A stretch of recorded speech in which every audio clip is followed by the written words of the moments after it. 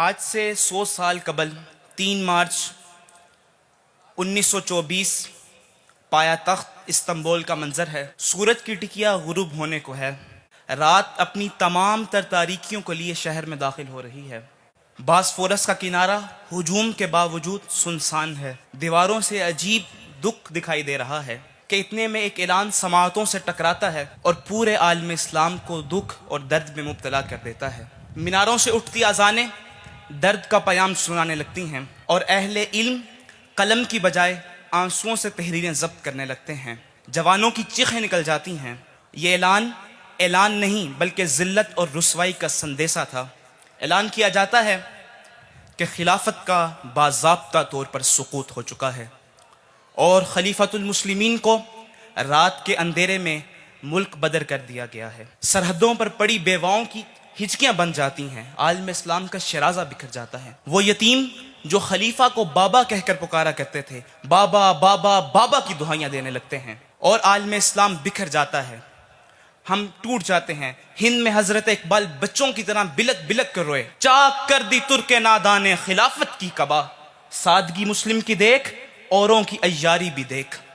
یہ وہ دن تھا جب عالم اسلام کے سر سے خلافت کا سایہ اٹھ گیا۔ خلافت کا سایہ کیا اٹھنا تھا، حریت، غیرت، حمیت سب رخصت ہو گئے۔ ہم لاوارث ہو گئے۔ ہم سے ہمارے خلیفہ چھین لیے گئے، شیخ الاسلام چھین لیے گئے، معیشت چھین لی گئی، معاشرت چھین لی گئی اور ہم ذلت اور رسوائی کے گھڑے میں جا گرے۔ پھر دشمن ہم پر ایسے ٹوٹا جیسے چند بھوکے کھانے کی پلیٹ پر ٹوٹتے ہیں۔ نہ جانے ہمیں کہاں کہاں سے نوچا گیا۔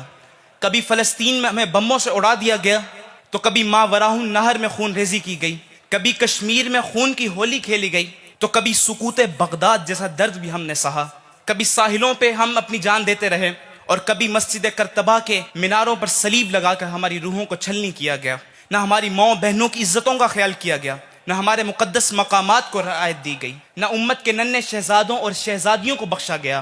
ظالم قرآن پاک کو بھی نظر آتش کرنے سے باز نہ آئے اور انتہا تو یہاں ہوگی کہ پیغمبر علیہ السلام کی اہانت معمول بنا لی گئی اور آزادی رائے کا نام لے کر ہماری روحوں پر زخم لگائے گئے۔ نوجوانان اسلام، فرزندان اسلام، یاد رہے یہ ظلم ہم پر اس وجہ سے کیا جاتا رہا کیونکہ دشمن جانتا تھا ان کا کوئی پوچھنے والا نہیں، یہ لاوارث ہیں، ان کے سر پر کوئی نہیں ہے اور یہ ظلم ہم پر تب تک جاری رہے گا جب تک کہ ہم خلافت کے سائے میں نہ آ جائیں۔ یاد رہے یہ خلافت کوئی معمولی نظام نہیں، یہ وہ اللہ تعالیٰ کا نظام ہے جس کے لیے میرے اور آپ کے پیغمبر علیہ السلام نے طائف میں پتھروں جیسی تکلیف سہی، لوگوں کی تلخ اور نامناسب باتیں خندہ پیشانی سے قبول کی۔ یہ وہ نظام ہے جس کے لیے رحمت للعالمین نے تلوار اٹھائی، انا النبی لا کذب انا ابن عبد المطلب، میں وہ نبی ہوں جسے کوئی جھٹلا نہیں سکتا، میں عبد المطلب کا پوتا ہوں۔ یہ وہ نظام ہے۔ ہمارا نظام خلافت کا نظام ہے، جمہوریت کا قطعاً ہرگز ہرگز ہرگز ہمارے ساتھ تعلق نہیں۔ یہ جمہوریت مقدس نہیں، منحوس ہے، ہم نے اس کو مجبوراً قبول کیا ہے۔ تجھ کو بتاؤں رمز آیا ان الملوک، سلطنت اقوام غالب کی ہے ایک جادوگری، خواب سے بیدار ہوتا ہے ذرا محکوم اگر پھر سلا دیتی ہے اس کو حکمراں کی ساحری، دیو استبداد جمہوری قبا میں پائے کوب، تو سمجھتا ہے اس کو آزادی کی نیلم پری۔ تو یاد رہے کہ یہ ہمارا نظام نہیں ہے اور خلافت کی مومن کے ساتھ وہ نسبت ہے جو ماہی کی دریا کے ساتھ ہے۔ جس طرح ایک مچھلی پانی کے بغیر زندہ نہیں رہتی، اس طرح ایک مومن خلافت کے نظام کے بغیر زندہ نہیں رہ سکتا۔ خلافت میں ہم مسلمانوں کی جان ہے، خلافت ہمارا عشق ہے، ہماری دعاؤں کا محور ہے، ہماری راتوں کا رت جگہ ہے خلافت۔ مصطفی اجتماع میں آنے والے باشعور نوجوانوں، میرے بابا کے عظیم مشن کے پاسبانوں، ذرا دقت نگاہ سے دیکھو کہ پاکستان کا وجود 1947 میں آ رہا ہے اور خلافت کا سقوط 1924 میں ہو رہا ہے۔ مسلمانوں کی خلافت کے سقوط کے محض 23 سال بعد ایک ایسا ملک وجود میں آتا ہے جس کا نظریہ اسلام ہے اور وہ امت کے تصور کو واضح کرتا ہے۔ ہر رنگ، ہر نسل، ہر زبان اس مملکت کے سائے کے تلے رہتی ہے اور قائد اعظم اور علامہ اقبال کا بھی یہی مقصد تھا کہ ایک ایسی مملکت بنائی جائے جو اسلام کا قلعہ بنے، اور اس ملک کے قانون کی پہلی سطر پر لکھا جاتا ہے، کیا خوبصورت جملہ ہے، کہ حاکمیت مطلق صرف اللہ تعالیٰ کی ہے۔ یعنی نوجوانوں، قدرت اس خطے کے لوگوں سے خلافت کے احیاء کے لیے کام لینا چاہتی ہے، مگر صد افسوس آج 100 برس بیت گیا اور ہم خلافت کی طرف ایک قدم بھی نہ اٹھا سکے.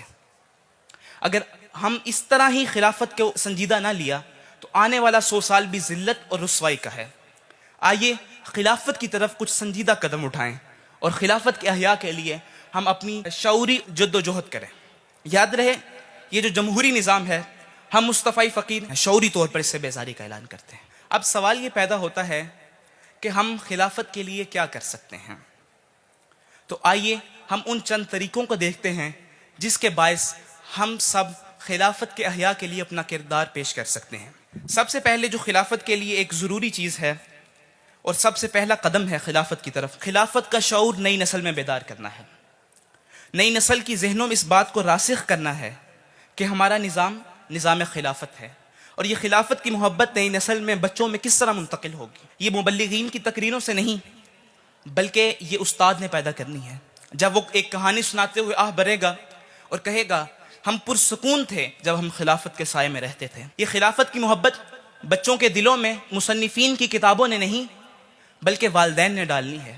جب والد ہر نماز کے بعد احیاء خلافت کے لیے دعا کرے گا اور بیٹے کو کہے گا بیٹا تو نے رسول اللہ کی امت کی خدمت کرنی ہے، تو یقیناً بچہ رات کی تنہائیوں میں احیاء خلافت کے لیے تڑپے گا. اور جب ماں رات کو بچوں کو مجاہدین کی کہانیاں سنائیں گی تو یقیناً بچے خلافت زادے بنیں گے. پہلا قدم خلافت کا شعور پیدا کرنا ہے نئی نسل میں. دوسرا جو بہت اہم چیز ہے احیاء خلافت کے لیے وہ یہ ہے کہ ہم امت کا تصور نئی نسل میں پیدا کریں. امت کا تصور اگر ناقص ہے تو احیاء خلافت ممکن ہی نہیں، یہ سوچا بھی نہیں جا سکتا کہ احیاء خلافت ہوگی. اس لیے امت کا تصور پیدا کرنا بہت ضروری ہے کہ ہم سب آپس میں بائی بائی ہیں. ہمارے رشتے کی بنیاد لا الہ الا اللہ محمد رسول اللہ صلی اللہ علیہ وسلم ہے، اور جو اس کلمے کا انکار کرتا ہے وہ چاہے ہمارا جتنا مرضی قریبی ہو اس کے ساتھ ہمارا کوئی تعلق نہیں ہے. اب امت کا تصور اور درد امت نئی نسل میں ہم کس طرح پیدا کر سکتے ہیں، تو اس کے چند طریقے عرض کرتا ہوں. سب سے پہلے تو روز کی بنیاد پر خود کھڑے ہو کر بچوں سے تمام مسلمانوں کے لیے دعا کروائی جائے، اور بالخصوص ان ممالک کے لیے جہاں ظلم و ستم کیا جا رہا ہے. دوسرا طریقہ امت کا درد پیدا کرنے کا وہ یہ ہے کہ والدین ماں باپ آپس میں بچوں کے سامنے دکھ اور درد کے ساتھ امت کے مسائل پر گفتگو کریں. اس سے بچوں کے دلوں میں امت کے لیے درد پیدا ہوگا. تیسرا جو طریقہ ہے درد امت پیدا کرنے کا وہ یہ ہے کہ ہم مقبوضہ علاقے جیسے کشمیر ہے، فلسطین ہے، ان کے جھنڈے اور یرغمال بنی مساجد، مسجد کرتبہ ہے، مسجد اقصیٰ ہے، بابری مسجد ہے، ان کی تصاویر بچوں کے کمروں میں یا پھر گھر میں آویزہ کریں اور بچوں کی ان کے ساتھ ایموشنل اٹیچمنٹ، جذباتی ربط قائم کریں. اس سے بچوں کے دلوں میں ان چیزوں کے ساتھ ایک ربط قائم ہوگا اور وہ درد امت کے دردی بنیں گے اور راہی بنیں گے. اور تیسرا پوائنٹ جو احیاء خلافت کی طرف شعوری قدم بڑھاتا ہے وہ یہ ہے کہ اسلامی شعار سے بچوں کی محبت. میناروں سے اٹھتی اذانیں ان کے کانوں میں تکلیف نہ دیں بلکہ وہ دعا کریں اے ہمارے رب ہمارے اس آسمان کو اذانوں کی گونج سے آباد رکھنا. بوڑھے بزرگ نصیحت کرتے انہیں برے نہ لگیں بلکہ وہ یہ دعا کریں اے اللہ ہماری دھرتی کو سالے مسلمانوں سے آباد کر دے.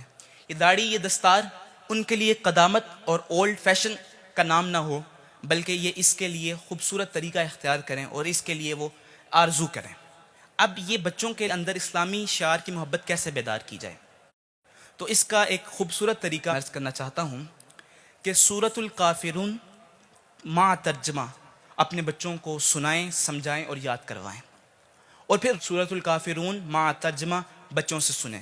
اس سے یہ ہوگا ان کے اندر اسلامی حریت اور اسلامی شعار سے محبت بڑھے گی، اور یہ نسخہ قرآنی نسخہ ہے. اے قافلہ درد کے ہم نواؤ، دور دراز سے غلبہ امت کا خواب آنکھوں میں سجائے ایک مرد مجاہد کے پاس آئے ہو.